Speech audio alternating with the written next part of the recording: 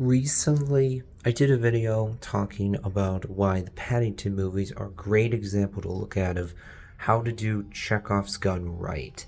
This is a storytelling principle that if you set something up, you should pay it off. And on the other end, I think that The Mandalorian Season 3 is a great example of how to do Chekhov's gun wrong. The reason why I say that is because in episode 2 of the season, it's set up that Bo-Katan sees the Mythosaur and thus regains her faith. Because prior to that, she didn't believe the Mythosaur was actually real. She thought it was just a legend. But then she sees that the Mythosaur is real. So you set up that she has a connection to this creature, and also she wants the dark saber. But then later on in the season, after the show had set up this great dramatic conflict between Bo and Din, it's very interesting where they're allies, maybe even friends, but Bo wants the dark saber, Mando has it, so she's gonna have to fight him to get the dark saber back.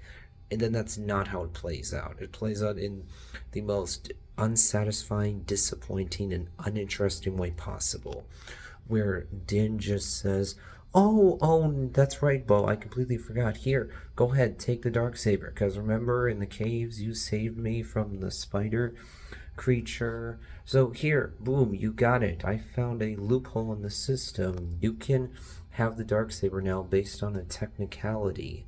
That is not satisfying at all. That Din just forgot he had the Darksaber for like 5 episodes, and then just gives it to Bo based on a technicality.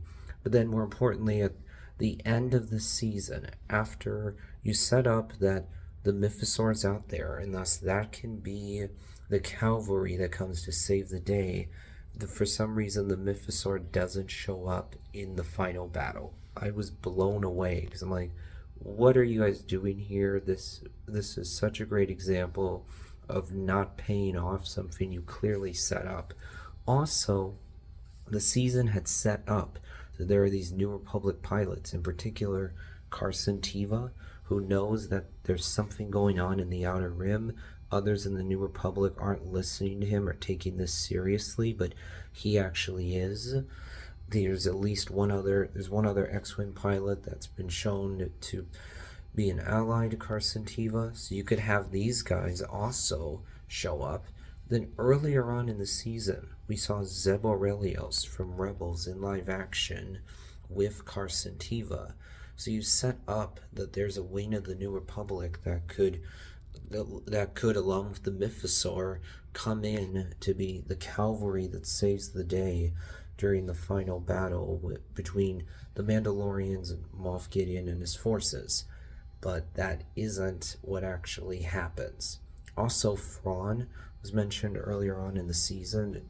By that point, we knew that Thrawn was going to appear in the upcoming Ahsoka show, but for some reason, I have no clue why, filmmakers here didn't realize, we could actually have Thrawn appear in person to build up hype and buzz for the Ahsoka show, and also to pay off something that we set up earlier on in the season, but they didn't do that for some reason.